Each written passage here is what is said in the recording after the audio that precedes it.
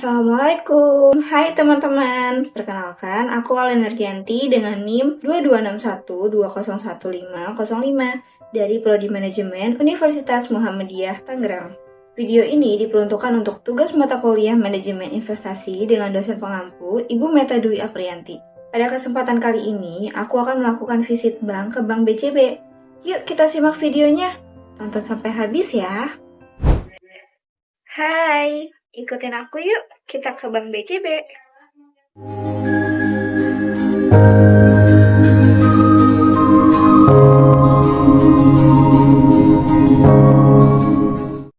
Sekitar pukul setengah 11 pagi, aku sampai di Bank BJB di dekat rumah, yaitu di Global Mansion. Sampai sana ternyata banyak banget yang lagi ngantri, guys. Yuk, ikut aku ke dalam banknya yuk.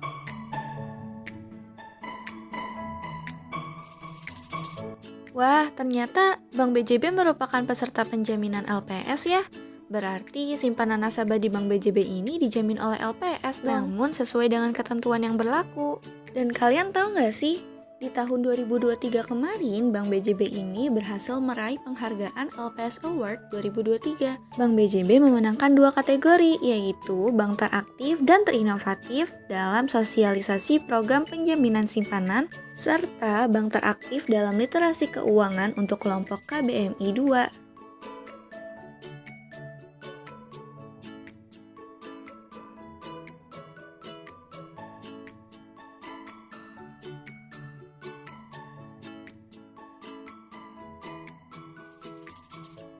Tadi aku sempat menjelaskan tentang LPS secara singkat loh, tapi kalian masih bingung. Gak apa-apa. Kita simak videonya lagi ya. Sebelum itu, aku akan menjelaskan juga loh tentang kurs, suku bunga, dan produk perbankan, funding lending. Jadi, jangan di-skip-skip ya videonya, tonton sampai habis. LPS atau Lembaga Penjamin Simpanan adalah lembaga independen yang dibentuk oleh pemerintah Indonesia untuk melindungi simpanan nasabah di bank. Jika suatu saat bank tempat kita menabung mengalami kebangkrutan, LPS akan menjamin pengembalian uang simpanan kita sampai batas tertentu. Misalnya, jika ada bank yang gagal, LPS akan mengembalikan uang simpanan nasabahnya dengan jumlah yang sudah ditentukan. Biasanya maksimal 2 miliar rupiah per nasabah, baik dalam bentuk rekening tabungan, deposito, atau giro. Jadi, LPS berfungsi seperti penjamin keamanan uang kita di bank. Dengan cara ini, kita bisa merasa lebih tenang karena simpanan kita akan terlindungi oleh LPS jika terjadi masalah dengan bank tempat kita menabung. Tingkat bunga penjamin LPS. Per 27 Desember 2024, Lembaga Penjamin Simpanan atau LPS menetapkan tingkat bunga penjaminan sebagai berikut.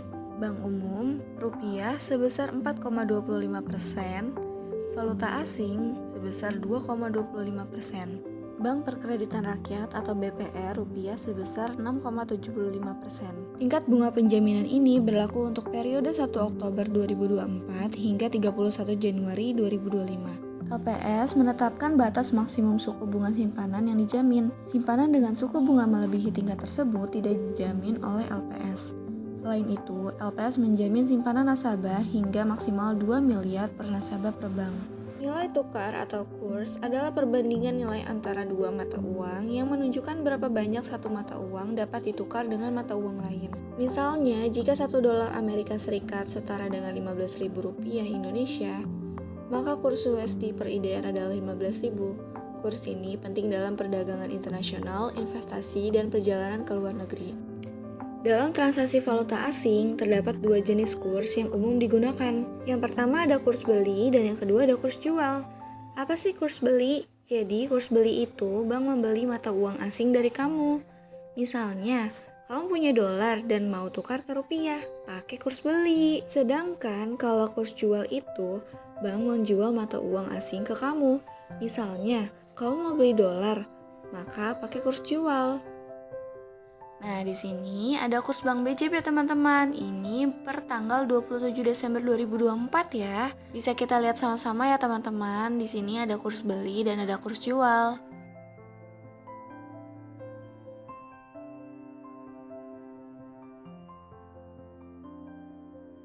Suku bunga adalah persentase imbalan atau biaya yang dikenakan atas pinjaman atau simpanan uang. Biasanya dinyatakan per tahun. Suku bunga menunjukkan keuntungan bagi pemberi pinjaman, misalnya bank, atau biaya bagi peminjam. Suku bunga juga memengaruhi investasi, tabungan, dan keputusan ekonomi. Suku bunga deposito. Bank BJB menyediakan produk deposito dengan suku bunga yang kompetitif, tergantung pada jumlah penempatan dan tenor yang dipilih. Sebagai contoh, pada awal Oktober 2024, bunga deposito di Bank BJB berkisar antara 3,50% hingga 5%, tergantung pada besarnya dana dan tenor yang dipilih. Kemudian ada suku bunga dasar kredit atau SBDK. SBDK digunakan sebagai acuan dalam penetapan suku bunga kredit yang ditawarkan kepada nasabah. Periode terbaru yang tersedia menunjukkan bahwa Bank BJB menetapkan SBDK sebagai berikut.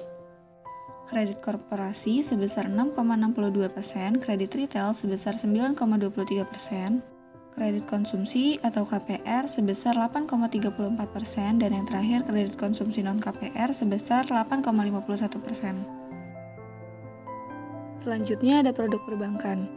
Adapun produk perbankan terdiri dari funding dan lending, yaitu yang pertama funding atau pendanaan adalah produk di mana bank menerima uang dari nasabah.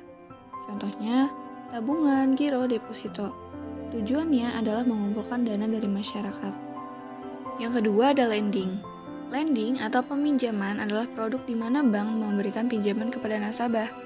Contohnya, kredit rumah, kredit kendaraan, kredit usaha.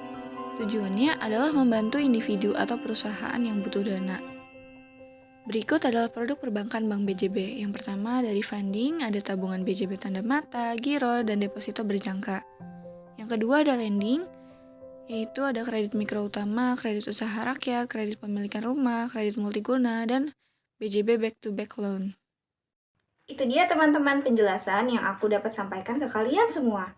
Semoga informasinya bisa kalian pahamin ya. Terima kasih sudah menonton. Bye-bye.